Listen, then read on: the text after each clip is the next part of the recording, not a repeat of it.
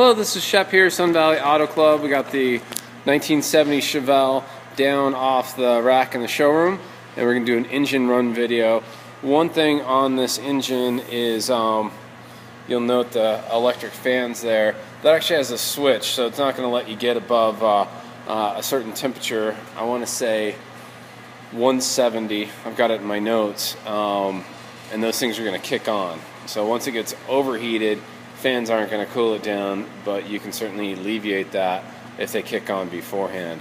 There is a manual switch too underneath the dash. You can flip that fan switch. So if you're in parade mode, just cruise around the neighborhood mode, not getting a lot of airflow in it, you can override that and just flip that on from the get-go.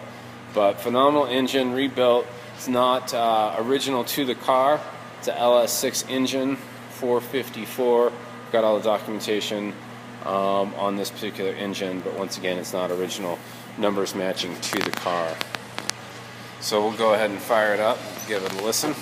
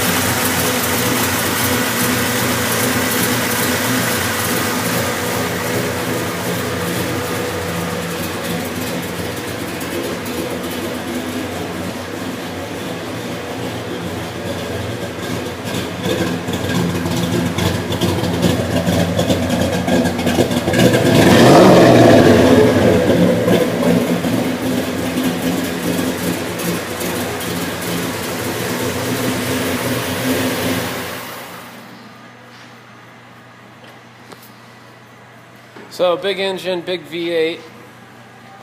It's by nature cold-blooded.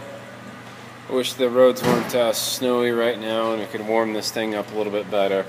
But when I've driven this around, once you get a quarter mile, half mile into it, she really smooths out. And phenomenal car. Whoever ends up with this car is going to be psyched.